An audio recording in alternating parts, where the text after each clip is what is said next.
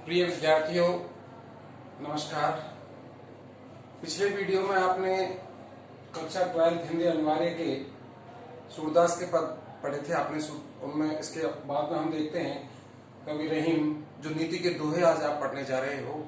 मैं सर्वप्रथम आपको बता दूं, कवि रहीम का जन्म सन 1556 ईस्वी और मृत्यु सन 1626 ईस्वी। इनकी प्रमुख रचनाओं में दुहावली, बरवे नायिका भेद, मदनाष्टक, रास पंचाध्यायी एवं नगर शोभा। इनके काम में हम देखते हैं तो नीति, भक्ति, प्रेम और श्रृंगार का सुंदर समावेश हमको मिलता है। कवि रहीम ने अपने दोहों में नीति की बातों को बताते हुए हमें क्या क्या संदेश या क्या क्या सीख हमको दी है, उनको हमने जीवन में अपनाना चाहिए।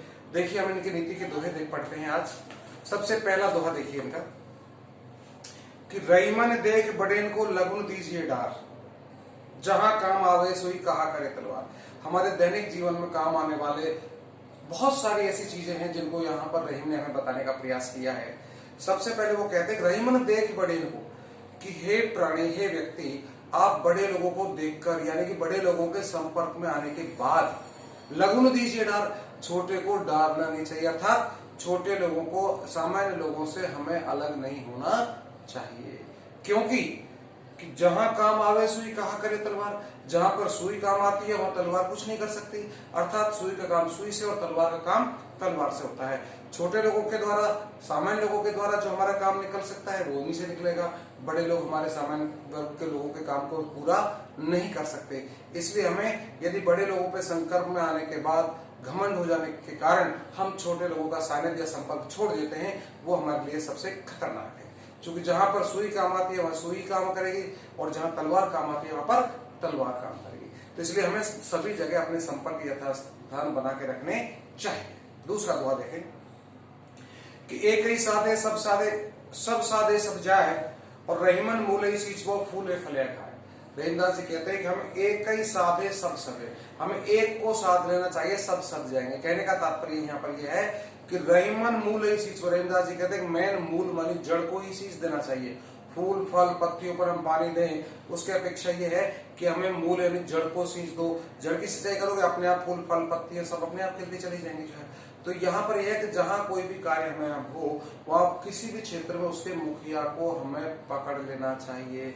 यानी मुखिया को संपर्क में लेकर के, मुखिया को विश्वास में लेकर के हम परिवार के अन्य लोगों को अपने साथ मिला सकते हैं, उनसे हम अपने आप संबंध बना सकते हैं। कहने का तात्पर्य है कि हमें मूल को यानी जड़ को सींचना चाहिए, फल फूल हमें स्वतः ही प्राप्त हो जाएंगे। तीसरा देखिए, कबली सीप भुजंग मुख स्वात एक गुण तीन, जैसी संगत बैठी है तैसो ही फल दिन।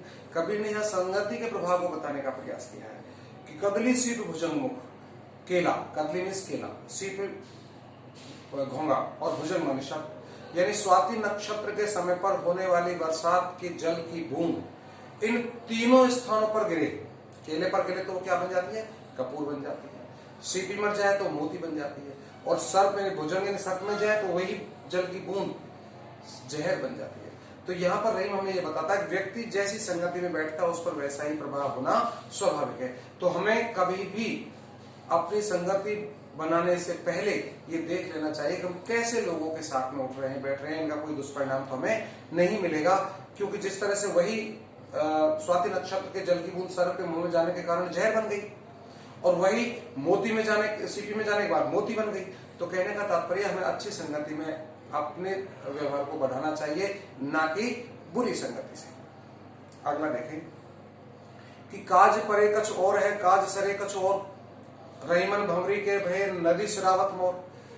बहुत अच्छी बात यहाँ रहीम हमें बताते हैं कि हमारे जब किसी से कोई काम होता है तो हमारा व्यवहार अलग होता है, और हमारा काम निकल जाता है उसके बाद हमारा व्यवहार अलग होता है। इसी बात को समझाने का प्रयास रहीम ने हमें किया है कि काज परे कछ और है, यानी हमारा जब किसी से कोई कार्य होता है तो हमारा व्यवहार अलग होता है। हम उसे अपनापन दिखाते हैं, अपने पास रखते हैं, उसको बहुत मीठी बातों से अपने फेवर में, अपने पक्ष में करने का प्रयास करते हैं।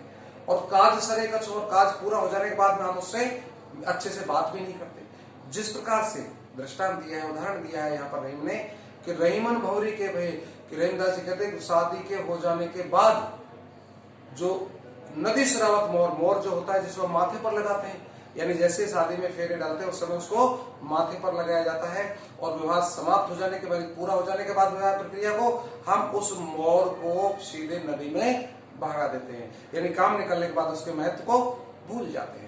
यानी केवल काम आने पर ही हम किसी को महत्व को समझे, ऐसा नहीं करना चाहिए। हमेशा हर किसी के महत्व को समझना चाहिए। जो रहीम उत्तम प्रकृति काकर सगत कुशल, चंदन विष व्यापक नहीं लपटे रह भुजंग। रहीमदास जी यहाँ पर दूसरी तरीके से इस बात को कहना चाहते हैं। जो रहीम उत्तम प्रकृति, जिन लोगों की प्रकृति उत्तम है, अच्छी है, श्रेष्ठ है, उन पर बुरी संगति का प्रभाव नहीं होता। कबीर रहीम हमें ये बताना चाहते हैं कि जिस प्रकार से चंदन विष व्यापक नहीं, चंदन जो होता है उस पर सर्प लिपटे हुए रहते हैं, लेकिन कभी भी सर्प के जहर को चंदन ग्रहण नहीं करता। हमेशा चंदन में शीतलता ही रहती है, सुगंध ही रहती है, कभी वो सर्प के जहर को स्वीकार ग्रहण नहीं करता। ऐसे जिनकी प्रकृति उत्तम है, यानी श्रेष्ठ व्यवहार के, श्रेष्ठ प्रकृति के जो लोग हैं, वो बुरी संगति के लोगों में भी यदि चले जाएं तो पर भी उन्हें बुरी संगति का प्रभाव नहीं होता। हालांकि देखने में ऐसा मिलता है कि बुरी संगति में जाने के बाद व्यक्ति पर उसका प्रभाव अवश्य आता है, लेकिन रहीम यह दूसरी तरीके से बताते हैं कि जिनकी उत्तम प्रकृति है, श्रेष्ठ प्रकृति वाले हैं, उन पर कभी भी बुरी संगति वालों के सानिध्य में आने पर भी, संपर्क में आने पर भी कोई बुरा प्रभाव नहीं होता। आगे देखें कि रूठे सुजन मनाइए जो रूठे 100 बार, रहीमन फिर पोइए टूटे मुक्ता। रहीमदास जी कहते हैं कोई अपना निजी व्यक्ति जो हमारा मित्रवत है या मित्र है, रिश्तेदार है, मिलने जुलने वाला है, कि रूठे सुजन मनाइए। यदि वो सज्जन है, अच्छा व्यवहार का है, तो उसे मनाना चाहिए। जो टूटे 100 बार, यदि 100 बार भी हमसे रूठ जाए तो भी हमें 100 बार उसे मना लेना चाहिए। जिस प्रकार से रहीमन फिर पोइए टूटे मुक्ताहार, यदि मोती की माला हमारी टूट जाती है तो हम ऐसा नहीं उसे घोड़े के हवाले कर दें, उस मोतियों को उठा करके दूसरे धागे में पिरो करके पुनः माला को गले में पहन लेते हैं। ऐसे ही हमारे अच्छे सज्जन, अच्छे मित्र, वो यदि हमसे रूठ भी जाए तो हमें उन्हें 100 बार भी यदि रूठे तो 100 बार भी मना लेना चाहिए। तरोवर फल नहीं खाते हैं, सरोवर पिए न पान, कई रहीम पर काजित संपत सचे सुजान। सुजान अच्छे लोग, सज्जन लोग, साधु लोगों के व्यवहार को बताने का प्रयास किया है कि जो अच्छे लोग होते हैं, साधु या सज्जन जो लोग होते हैं, वो स्वयं के हित के लिए कभी भी संपत्ति का संचय नहीं करते। जिस प्रकार से तरवर फल नहीं खाते, तरवर माने पौधा, पेड़ जो होता है वो कभी अपने फल को नहीं खाता। नदी न सिंचे नीर, और नदी कभी अपने जल को नहीं पीती। तो ये सब क्या है, कई रहीम पर काजित। रहीमदास जी कहते हैं पर काजित, यानी दूसरे के कार्य के लिए, दूसरे के हित के लिए ही संपत्ति सचे सुजान। सुजान लोग होते हैं वो इसी तरह संपत्ति का संचय करते हैं।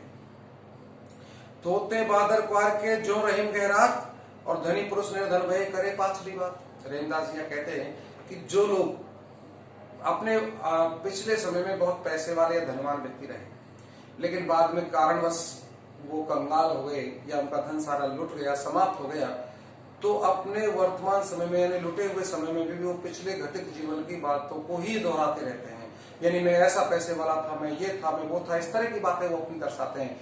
इसके लिए दृष्टांत दिया है यहाँ पर रहीम ने कि जिस प्रकार से भादों के महीने में बादल आकाश में गरजते हैं, बरसते हैं, पर वो बरसात नहीं करते, पानी नहीं देते, पानी नहीं बरसता, तो उनको क्या है, वही साड़ और सावन के महीने में जो बरसात की थी, यानी गहराते बादल होते, गर्जन होते, भयंकर पानी गिरता, लेकिन भादों के महीने में, अखबार के महीने में आने में बाद उनमें बरसात नहीं होती। कि धनी पुरुष निर्धन भय करे पाछली बात, तो धनी पुरुष होते वो भी इस तरह ही अपने पिछले व्यतीत समय की बातें करते हैं, वर्तमान समय की बात नहीं करते। कुआर के महीने में आके जिस तरह बादल भी शिथिल हो जाते हैं, वो इतना जल्दी बरसात नहीं कर पाते।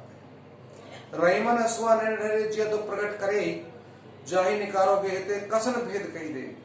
रहीम ने ये भी बहुत अच्छी बातें बताने का प्रयास किया है कि हमें अपने घर में रहने वाले लोग, उन निजी लोगों को हमें कभी घर से निकालना नहीं चाहिए, क्योंकि घर से यदि हम अपने जन को निकाल देंगे तो उसका परिणाम यही होता है कि रहीमन असुआ रहीमदास जी कहते हैं हमारे नेत्रों से गिरने वाले आंसू जिये दुख प्रकट करें। जिये माने मन के दुख को प्रकट करते हैं कि जहां निकालो घेरते, कि जिसको घर से निकालोगे हम अंदर से बाहर निकालेंगे हम, तो कसर भेद कही दे। कौन ऐसा होगा जो अपने घर के भेद को नहीं बताएगा। रावण ने घर से विभीषण का भेद बताया, तब जाकर के रावण की मृत्यु हुई। तो अपने जन को कभी भी रूठ करके, मना करके नहीं जाने देना चाहिए, उसे अपने घर में ही बना बचा के रखें। क्योंकि हमारे घर से यदि हमारा अपना कोई आदमी रूठ करके बाहर जाएगा तो वो निश्चित तौर पर हमारे घर की जो बातें हैं उनको दूसरे लोगों को बताएगा, उसका दुष्परिणाम हमें भोगना पड़ेगा। तो ऐसे ही हमारे आंसू हैं, इसलिए हमें आंसुओं को अपने अंदर छिपा के रखना चाहिए, उन्हें बाहर प्रकट नहीं होने देना चाहिए। क्योंकि आंसू यदि बाहर निकल गए तो दूसरे को पता चल जाएगा कि ये दुखी है, यानी हमारे दुख का पता चल गया दूसरे को, तो अपना भेद खो दिया हमने। तो हम अपने भेद को छिपाए रखने के लिए हमें आंसुओं को भी अपने आंखों से बाहर नहीं आने देना चाहिए। क्योंकि दूसरे लोग हमारा सपोर्ट या सहायक ना बनने की अपेक्षा वो हमारा दुष्प्रचार ही करेंगे, हमें बदनाम ही कर सकते हैं। रहीमज निज मन की व्यथा मन में राखो गोई, सुनि अति लेहे लोग सब बांट लेहे कोई। इसी संदर्भ में रहीम ने दूसरा दोहा यहाँ दिया है इस पाठ्यक्रम में कि रहीमन निज मन की व्यथा, रहीमदास जी कहते हैं कि अपने मन की व्यथा को हमें मन ही राखो गोई, गोई माने छिपाना, अपने मन में ही छिपा करके रखना चाहिए, उसे कभी दूसरों को नहीं बताना चाहिए। सुन अट लेहे लोग सब, यानी हंसते हंसते लोग सच बात को पूछ लेते हैं, लेकिन बांट न ले कोई, उस दुख को कोई बांट नहीं सकता। इसलिए हमें अपने मन की व्यथा को अपने मन में ही रखना चाहिए, किसी को बताना नहीं चाहिए। हर लोग हमारे दुख को पूछ करके रोते रोते पूछते हैं, हंसते हंसते दुनिया में उसको उजागर करते हैं, तो उससे कोई फायदा होने वाला नहीं है। आज के इस अध्याय में इतना ही। अगले वीडियो में हम आगे के कुछ दोहे उनको हम पढ़ेंगे। तब तक के लिए धन्यवाद।